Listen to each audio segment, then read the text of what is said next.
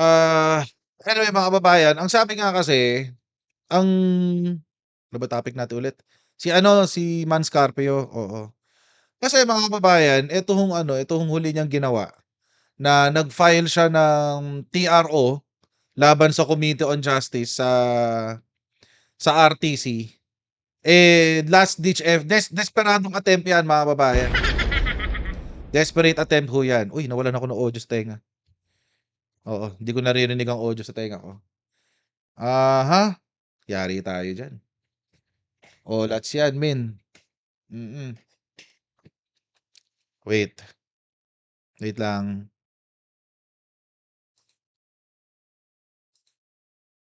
Itong hirap kapag gumagamit ka ng technology, eh.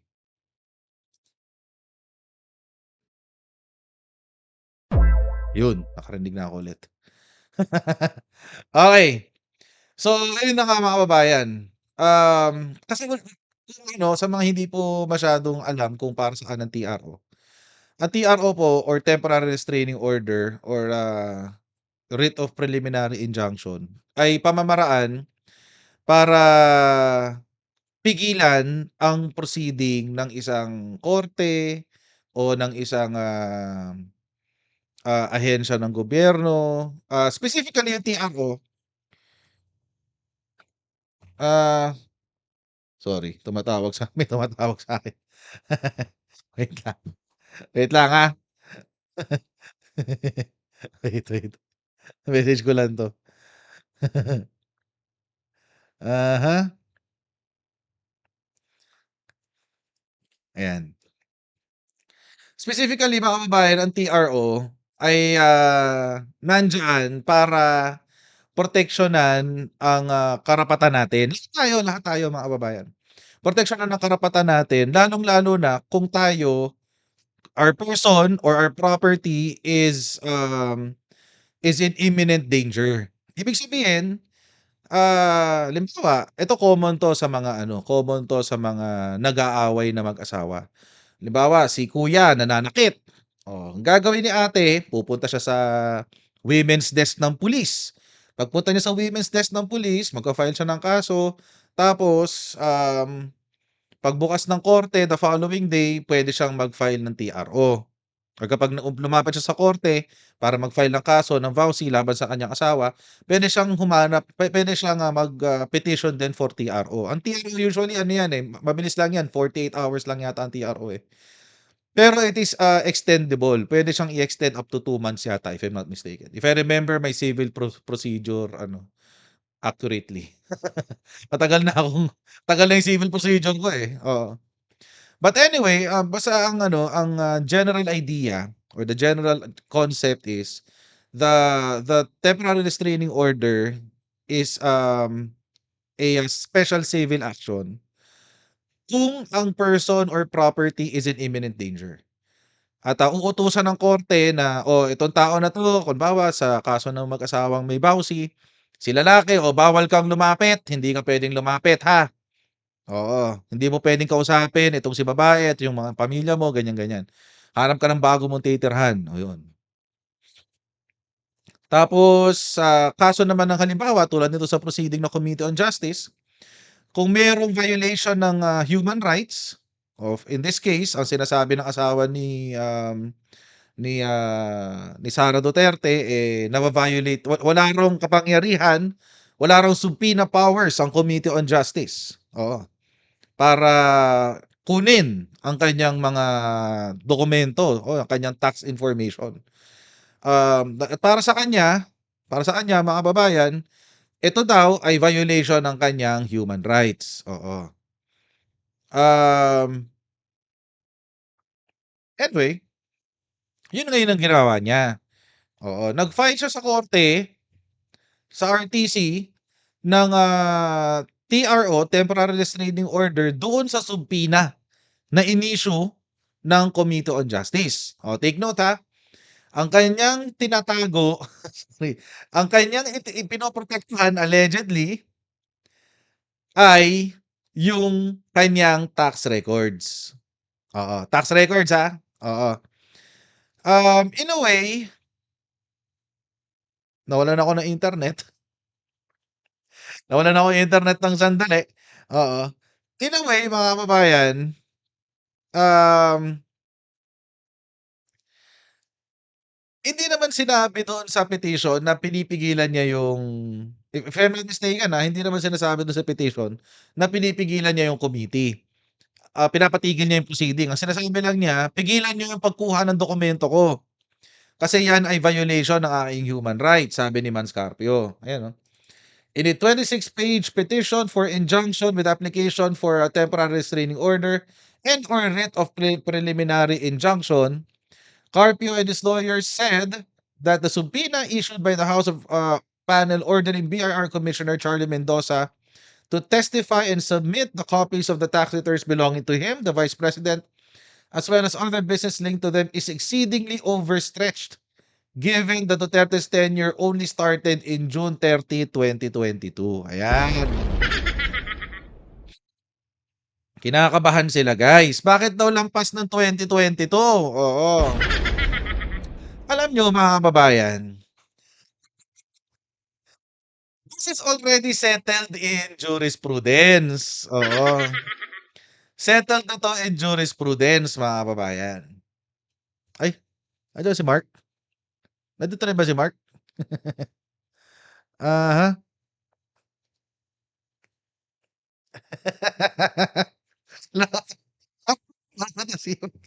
Boss Mark, mamaya natin pag-usapan 'yan. Nagla-live ako. Mamaya natin pag-usapan 'yan, Boss Mike, nagla-live ako. Oo, grabe naman siya. Oo, mamaya natin pag-usapan si Wimbledon, oo. Anyway, hay naku, wait. Mhm, may ta-time out lang ako, okey.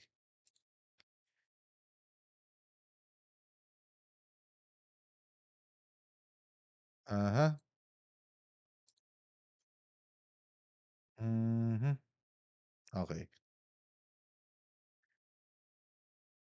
Pasensya na, 'wag kayong magfa-flood, oo, 'wag kayong magfa-flood.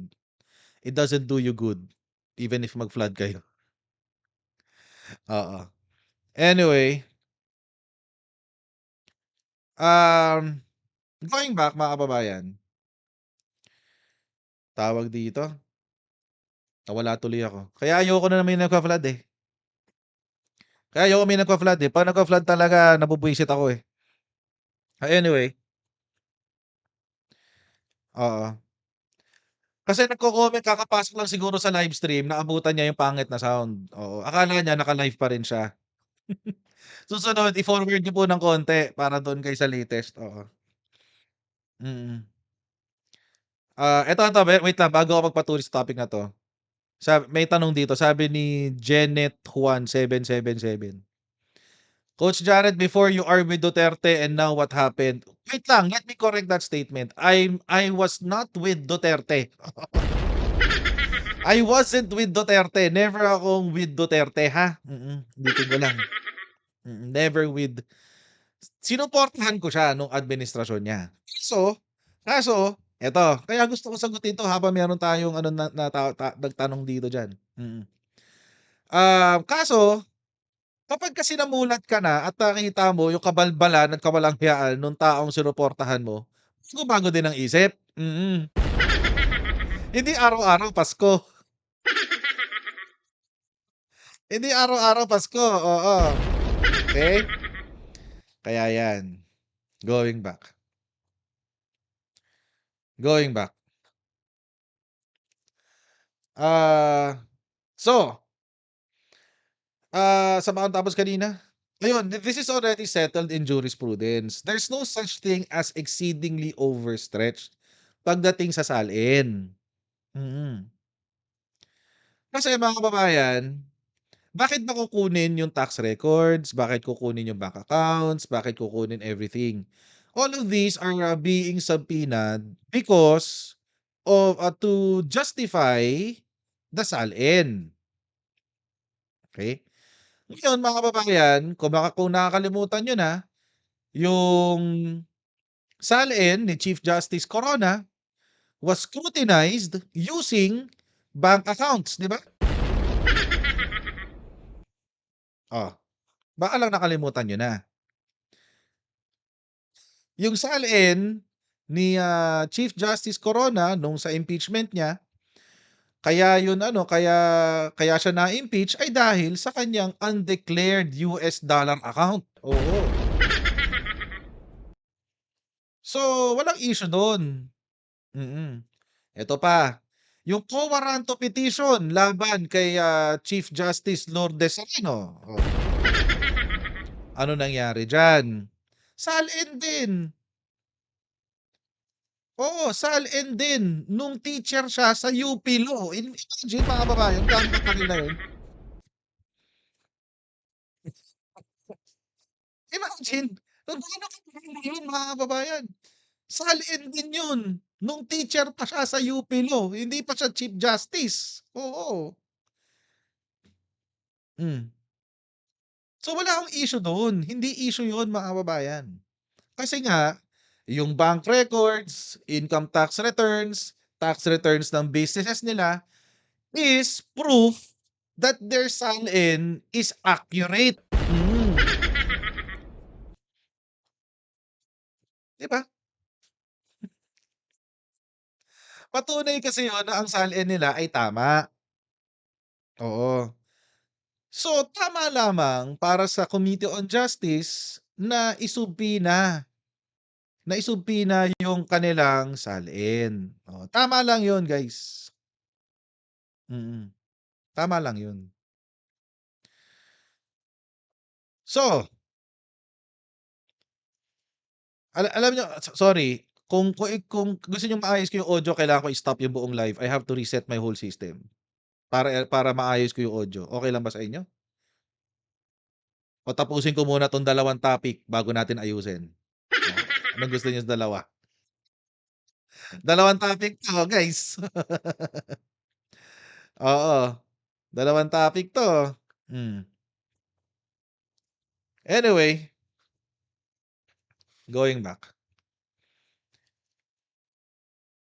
It's okey naman daw. Okey, okey, okey, okey. Salamat, oo. Mamaya na ayusin, mamaya na. Going back, so ito na nga. So, wala namang issue talaga dun. It has never been an issue.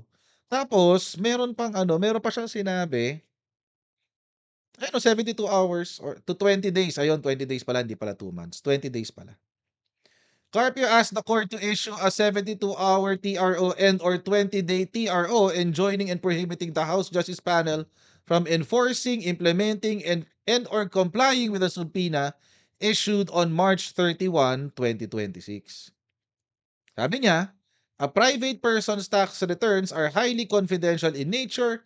It embodies the private information of a taxpayer duly secured and guaranteed by his constitutional right to life, liberty and property and the Equal Protection Clause. Ayan. So, tama naman si Carpio dito. Tama naman siya. Mm. Kaya nga para sa kanya, humihingi siya ng TRO. Kasi gusto niyang protektahan yung kanyang, income tax returns. Oo, from being, scrutinized, oo. Pero mga kababayan, si Carpio is a private person, but Sara is not. Mm. And yung kanilang declaration sa salin ay silang dalawa. Assets nilang dalawa. So, alangan naman kay Sara lang ang titignan, 'di ba? Eh, assets silang dalawa yun, naka-declare sa salin itong si Manasseh Carpio. Oh, anong gagawin natin? Hmm, anong gagawin natin?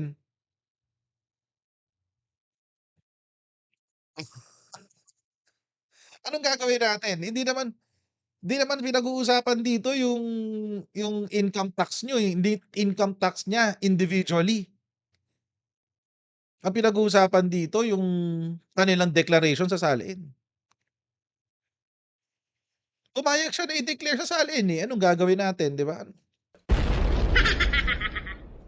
Naka-declare sa salin, ito yung mga negosyo ni Sara Duterte at ng asawa niya. Oh. Ito yung kanilang ano, assets together. O anong gagawin? Anong gagawin natin? Mag-asawa kayo, eh,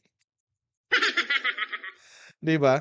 At saka malay ba natin kung naglalaro lang sila ng numero, 'di ba? Pero meron silang mali sa ginawa na 'to, meron silang kapalpakan dito, oo. It's too late, mm. It's too late to do this. Naglabas ba ng sagot ang RTC? Wala, 'di ba? Walang sagot ang RTC? Naglabas ba ng TRO ang RTC? Ano oras na ba? Mag-a-alas-12 na. Wala pa ring labas na ano, na TRO ang RTC. Hmm. So, paano? Paano na so, na-late kasi kung napaaga sila siguro kasi itong si Carpio umasa siya doon sa TRO ng Supreme Court. Kaso late din sila, late number one, late nag-submit yung asawa niya sa Supreme Court. Pangalawa, nung nag-submit ang asawa niya sa Supreme Court, ang sinabi ng Supreme Court, "Bibigyan namin kayo ng 10 days para sumagot." Pero within the same order, mga kababayan, walang TRO. Walang TRO. Hmm. So, wala. Tutuloy pa rin yan bukas. Kaya nga sabi ko sa inyo mga kababayan kanina, parang ano, eh, itong filing na 'to was filed in panic. Oo. Nag-panic, last ditch 'to, eh, last ditch. Malamang sa malamang naisubmit na ng BIR yan last week pa, tapos ipe-present na lang nila yan bukas. Oo, nakita na yan. At malamang sa malamang meron ng mga naiisip yung mga members ng panel, ng Committee on Justice kung ano yung tatanong nila. Bloodbath na bukas, guys, oo. Bloodbath na, hindi na sauna bath. Patay. Bloodbath, hindi sauna bath. Good luck. And one of the ano, one of the members of the committee, si Chel Jokno, eh, may komento diyan tungkol sa ginawa ni Carpio na 'yan. Oh, panoorin natin. Kay Vice Presidente Sara Duterte, Akbayan Party List Representative, Shell Jokno po. Nasa linya po natin telepono. Ay, Congressman Shell, magandang hapon. Tony Velasquez po. Magandang hapon, Tony, at lahat ng nanonood at nakikinig. Yes, so tomorrow, siyempre lahat po ng mga tao na nakikinig ay nakatutok po bukas sa House Justice Committee. Meron na po bang, anong tawag dito? Sequence na kung ano po ang mangyayari bukas at kung sino-sino po ang unang isasalang sa pagdinig, Congressman? Well, unang-una, ito na yung pinakihintay natin lahat na Correct. makita mismo ng Committee on Justice at pati na rin ng lahat ng manonood at makikinig kung ano yung ebidensya sumusuporta doon sa mga allegation ng complaint. Ako ay bilang member, I'm very excited also to see who will appear, kung ano man ang kanilang sasabihin at kung ano man ang mga dokumento na ihaharap sa amin. Dahil kung tutusin, hindi naman kami mga maestrado, hindi naman kami yung judge dito. Ang mga judge ay yung mga senador pag umabot sa kanila yung kaso. Ang aming tungkulin ay para bang piskalya, yung titingnan lang namin kung may probable cause para mas sapat sa kaso para ituloy siya. Opo, opo. So, pero sa iyong kaalaman niyo po, Congressman Shell, meron na mga nag-confirm doon sa mga pinasupina ng Justice Committee to appear tomorrow. For example, si Ombudsman Boying, BIR Commissioner, sino-sino pa ho ba? Hindi ako privy ko doon sa kung sino man na nag-confirm. Okay. Pero ang lahat ng pinadala ng sabina ay expected namin na sila ay darating. Opo. Ngayon, if they don't, then the committee will have to decide what action to take against them. But para sa akin, excited na ako dahil ito na nga, last year pa natin hinihintay na makita kung meron pa bang ebidensya. And this is the big day as far as the evidence is concerned. Yes, yes. Si The big Attorney day. Michael Poa po, no? Isa po dun sa mga pinatawag ng committee, bilang siya ay dating taga-disburse, no? Ng mga pondo nung panahon na siya ay nasa under the office of the DepEd Secretary. Pero kung hindi man siya sumipot, ay ibig sabihin ho nun, walang ibang kinatawan ng Vice Presidente na sasagot on her behalf, kumbaga. Well, as I understand it, although hindi naman sa akin galing yung request na ipatawag siya, ay nakapagtestigo na kasi siya noon sa Quadcom or sa hearings that were held by the House last year. Okay. Tungkol nga dyan sa mga nangyari sa DepEd. So, mukhang doon yata ang magiging tutok ng kanyang pagtutestigo. Pero hindi rin ako sure kung ano ba talaga yung ilalaman ng sasabihin niya. Oo. Tapos meron din ho atang update kanina, Congressman, no, na mismong yung asawa po ni Vice President Sara Duterte ay humiling na sa Quezon City RTC na mag-TRO at pigilan yung BIR na maglahad ng mga tax returns ng Vice Presidente at ni Attorney Man Scarpio dahil overreach daw ito at hindi daw dapat pakialaman ng Kamara kung ano yung tax records nilang mag-asawa. Yan na. Well, Sabi. ganito ha, para klaro din sa lahat ng mga nanonood at nakikinig. I'm sure marami sa atin familiar tayo sa nangyayari pag may kasong kriminal na iniimbestigahan ng prosecutor o ng piskal. Parang ganun din ang tungkulin ng Committee on Justice. Hindi kami judge, mas executive function ang ginagawa namin.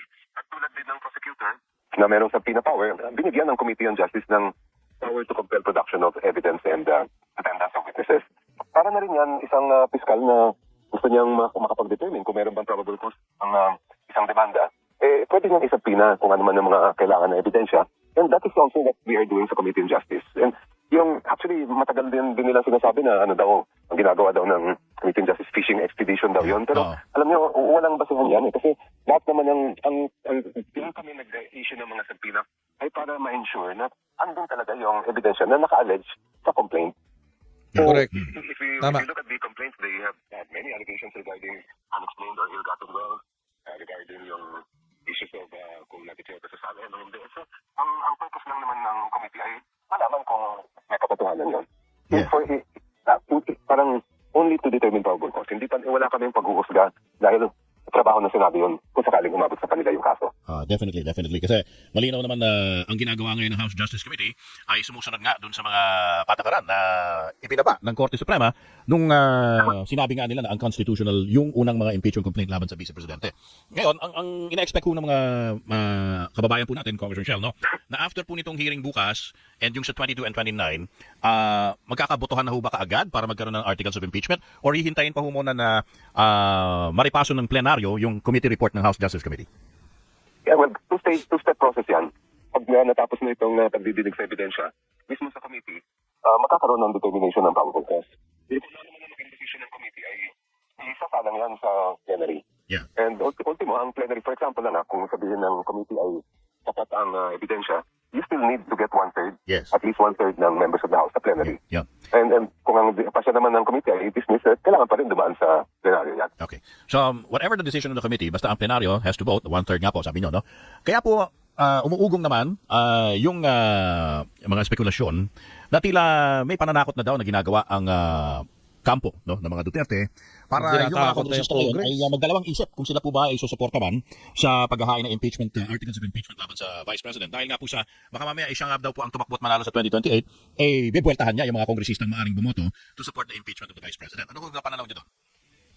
At sa tingin ko, lahat naman ng mga mambabatas ay boboto ayon sa nakikita nilang ebidensya. Although there may, hindi nga, marami mga kumakalat na ganyang klaseng balita. Ay, naniniwala ako na it has to be based on what the evidence provides. Kasi at the end of the day, lahat naman ng mga mambabatas ay kumakatawan niya yan eh. Kaya very sensitive din sila sa lalabas sa public opinion at kung ano yung nakikitang mga ebidensya. Pero maaga pa lang, di ba, Kong Shell, meron ng ilang grupo no, sa loob ng Kamara, yung partido mismo, nila Ronnie Puno. Di ba sinasabi nila, hindi nga daw sila susuporta sa impeachment against the Vice President kahit na hindi pa naman nila nakikita yung ebidensya but they already made a stand that si they cannot Puno. support the impeachment. So tingin niyo ba yun ay talagang makakapanghina dun sa push para po ma-impeach ang Vice President or very na lang yun, negligible lang? Well, kinlaro naman nila yun Sabi nila, pagka may bagong ebidensya, ay maaari rin nilang isuportahan yan. At the same time, I've also heard that hindi wala naman talagang utos na binaba na ganyan. It will be up to legislator or member of that party paano sila boboto. Makikita naman natin yan sa mga darating na linggo kung how this will turn out. Okay. Yung kay Puno pala na yan, mga kababayan. By the way, shoutout muna kay kay Princess Baby Jane Pescasio. Salamat sa iyo, super. Wow chat. naman! Wow! Um, Wow! yung kay Ronnie Puno, meron akong inside info dyan. Ito lang ang pwede kong sabihin dyan. Yung mga statement ni Puno is not related to the impeachment at all. Puno was being a politician and nagle-leverage siya na kung anong meron siya. Oo, yung partido niya. Pero yung sa yung banta nila hindi sila susuporta sa impeachment, what have you, yung issue niya really is walang connection sa impeachment. Walang connection sa impeachment. It's different and actually, kung tutuusin medyo na-turn off nga ako kay Puno nung nalaman ko yung totoong kwento. Hindi ko lang puwedeng ano, hindi ko puwedeng ikwento lang, because hintayin ko na lang na may mag-expose na periodiko, oo. Pero kung meron man nakikinig sa ating periodiko kaya meron na akong clue sa inyo, hanapin niyo na lang. Kalkalin niyo na lang, oo. Bahala kayo. Pero it has nothing to do with the impeachment. Walang ano yun, walang connection sa impeachment. So yun, oo. Basta ang ginagawa ni Puno nagle-leverage lang siya na kung ano meron siyang resources at ang kung ano meron siya is yung kanyang partido. That's about it. So, he's just being a politician. Tuloy natin. Ito lang, nagtong weekend, no? Parang may binuo na naman na, ano ba ito, yung bagong alliance, yung rage na tinatawag ng mga Duterte Diyos sa ko, Davao. my At goodness. tila ang kanilang paratang, Reds na yan. ito nga daw pagpapa-impeach sa vice-presidente, ay dahil lang sa takot daw ang mga politiko na siya ang maupo sa 2028 at pinipigilan siya na siya ang manalo. At bakit daw pinag-aaksayahan, umano, ng Kamara ang panahon para lang sa impeachment? Gayong mas marami daw mga importanteng problema katulad po ng krisis sa enerhiya ang kailangan daw natugunan. Ano ho reaksyon niyo doon?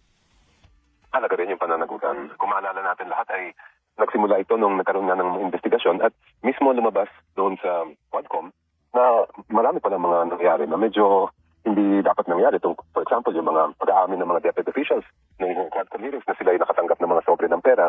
Yung lumabas nga ng mga iba't ibang tanong tungkol sa confidential funds.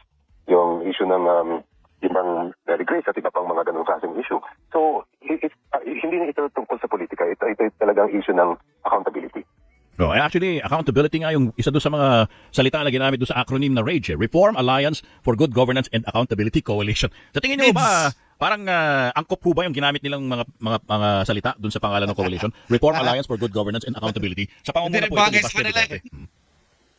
Well, kung pati sila ay kinikilala nila na dapat magkaroon ng pananagutan, then dapat hindi sila tututol kung lumabas nga na may ebidensya. Kaya napakahalaga ng itong ating nahiring bukas at sa susunod na mga linggo.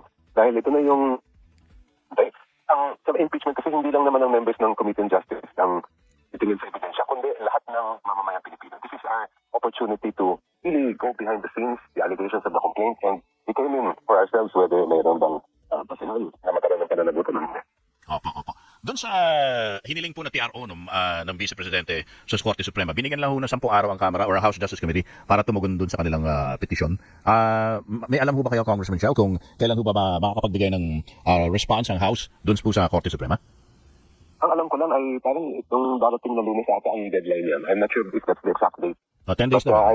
what I know is the House is already working on it. Hindi ko alam kung anong kung kailan yan isa-file at kung anong makilala man yan. That depends on the House leadership. Okay. Tapos kayo rin naman ho ang motion para po madala si Ramil Madriaga sa House of Representatives at bigyan siya ng protective custody doon. So bukas pa ho ba madidesisyonan kung after po niyang humarap sa House Committee on Justice kung mananatili siya sa custody ng House? Well, ganito ang final ko na petition at sa House ay bigyan ng adequate protection si Madriaga para nga makasiguro tayo na magharap siya sa Committee on Justice. So, there was no specific request for transfer of custody or taking into custody by the House. Ang mangyayari dyan, pag dinala siya sa House, syempre, during the time na siya ay harap sa committee, talagang tungkulin ng House na i-protectionan siya. But once he has finished his obligation to appear before the committee, ibabalik siya doon sa kanyang kinaroroonan at sila na bahala sa kanyang protection. Sige, so Congressman Shell, lahat po naman siyempre ng ating mga kababayan na interesado po makita kung ano po ang lalabas ng mga ebidensya at testimonya ng mga ipatatawag bukas, talagang tututok po sila, siyempre, doon sa live coverage ng hearing ng House Justice Committee. Exciting! Kung sakasakali man, isa rin ho kayo siyempre, doon sa mga magtatanong, Congressman Shell. Yes, of course, siyempre. member ng committee. At ako'y talagang hindi sila nag-iisa sa mga excited na makita ang ebidensya dahil matagal na nga natin hinintay yan. Opo. Alright, sige. So, we will wait for tomorrow's proceedings sa House Justice Committee. Mga kapamilya, mga kababayan, pag ni-live stream po ito, ay siyempre maghuhook po ang DZMM Teleradio at DZMM Radio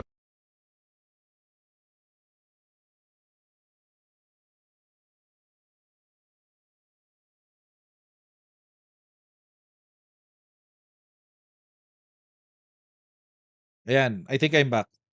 Nawala internet ko eh. Buwisit talaga to si Converge. Buti na lang talaga. Buti na lang talaga may backup talaga, buti na lang talaga, nakakairita, oo. Diyos ko, mm. Nagpapalit-palit na ako sa ano, eh, Converge tsaka PLDT parehong swangit, eh.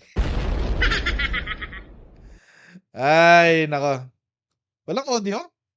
Merong audio, mm. Uh-huh, goods na. Fiber naman soft bites, oo, goods na. Eto lang ha, sa mga walang audio or walang marinig na audio right now, refresh, paki-refresh, oo. Refresh sa mga walang audio. Oo, ay naku. Anyway, going back. So yun na nga mga kababayan, yun na nga, kabado, kabadong-kabado ngayon itong partido ni ano, ni Sara Duterte. Pati asawa niya kabado na, hmm.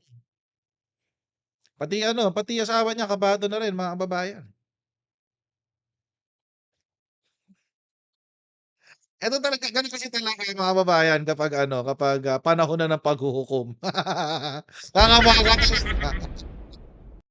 Kabahan ka talaga guys, oo, 'pag ano, panahon na ng paghuhukom. Wait, ano bang schedule bukas ng ano, ng hearing? House Committee on Justice. Wait, House of Representatives ano? Mhm. Daily schedule. Tingnan natin, daily schedule. Usually 10 o'clock 'to, eh, itong House Committee on Justice, eh. Okey. Ayan, may schedule bukas. Poverty alleviation, 10 AM. 10 o'clock din, 10 o'clock. 10 o'clock ha. Hmm, 10 o'clock. Papakita ko sa inyo ha. Ito. Para magkaalaman na, 'di ba, Ate Annabeth? Shoutout, maraming Wow salamat sa super chat. naman! Wow! Wow! Ayan ha. Ayan ha. 10 o'clock. Committee on Justice, 10 AM, hearing on the impeachment complaints. Sabalia tsaka Cabrera. 'Yan ha. Hmm. Okay na. 10 o'clock. Kina, take note ha. 10:00 tayo bukas. Kina, puyat puyat bukas. Woo! My goodness. Magla-live ako bukas, magla-live ako bukas. Papasok-pasok lang ako. In and out lang ako, kasi may mga lakad din ako tomorrow. Pero, rest assured, I'll be there. I'll be there.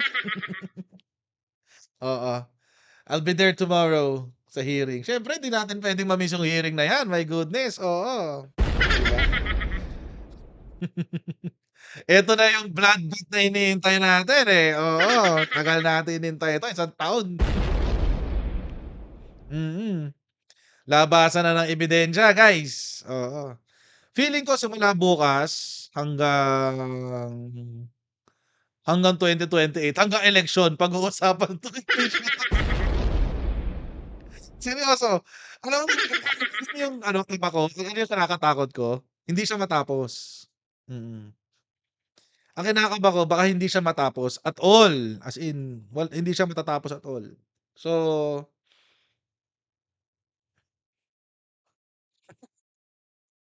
kinakaba ko talaga guys, promise. Tingnan natin kung anong mangyayari. Pero, abangan natin kung anong lalabas diyan. At, baka mamaya bukas may surprise bigla, maglabas ng TRO ang RTC, 'di ba? Di natin alam, puwede naman mangyari yun. Surprise. Pero feeling ko hindi muna mag-iingat ang judiciary dito. Feeling ko mag-iingat sila kasi maraming magagalit. Alam naman nila yon. Alam ng mga judges 'yan. Alam ng mga judges 'yan. So, hindi ano 'yan, hindi magdadalawang isip ang mga justices diyan tsaka yung mga, judges na hahawak nung kaso. Hmm. But, tignan natin, malay natin surprise, surprise, 'di ba? TRO 8:00 ng umaga, nag-grant ang TRO, 'di ba? Why not? Pero alam na nila 'yon, alam na nila na after mangyari 'yon, magagalit ang taong bayan. Alam na nila 'yon. So, I think they will really weigh their options. Mm. But, tingnan natin. Marami pa naman puwedeng mangyari bukas, 'di ba? Oo. Marami pang puwedeng maganap.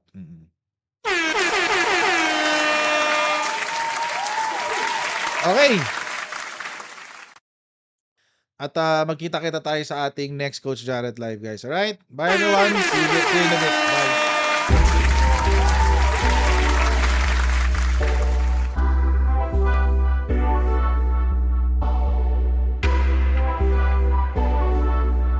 As senator judges, it is your obligation na dapat present ka sa mga proceedings. Hindi naman sakop ng trabaho ng Office of the Ombudsman na magpa-disqualify sa 2028.